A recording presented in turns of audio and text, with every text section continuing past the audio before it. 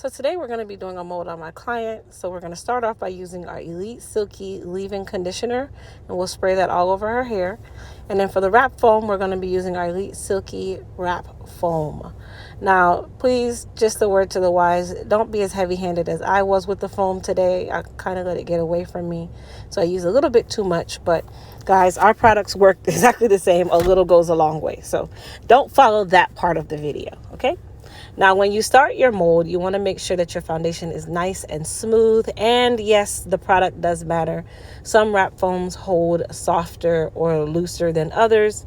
The good thing about the Elite Silky Wrap Foam is it can be used on natural or relaxed hair. But of course, texture will make a huge difference in how your foundation lays.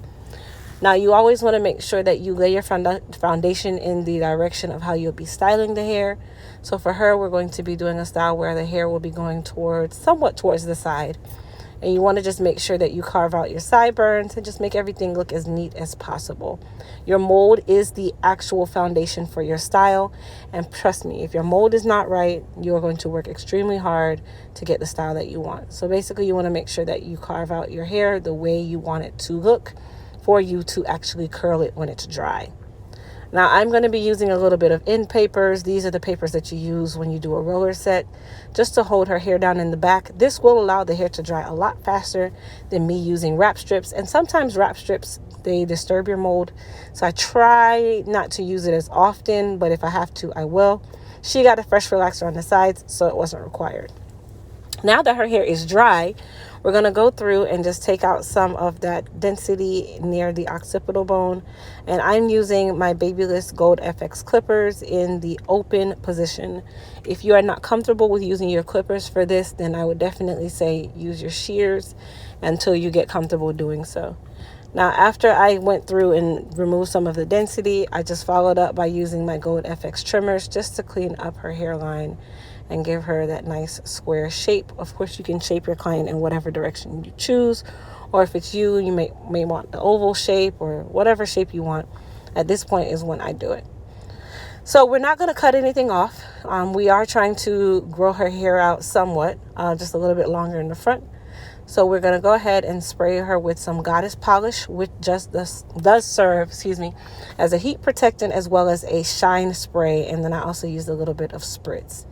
Now for the irons that I'm using, I'm going to be using my H2 Pro 3/10 of an inch pencil iron.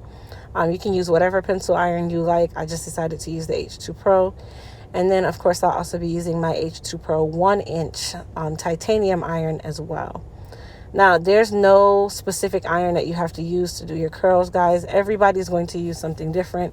Everyone may say something else works better for them. Some people prefer Marcel's. Some people hate Marcel's, where I have my Marcel's and I cannot stand using them. I feel like I'm past that point in life. But if ever needed, I can whip them out. Now, for this style, it is kind of it's not really a uniform style. Some of the hair will be flipped, some will be curled under, that kind of thing. So I will let you guys go ahead and finish watching, and you'll be able to see the finished style. And then, of course, at the end, please don't forget, if you are new to my IG, please don't forget to hit that follow button. And of course, put your hearts down below, comment, tell me what you think. And then if you use a certain iron, let me know as a stylist, because I know some of my stylists also watch my videos.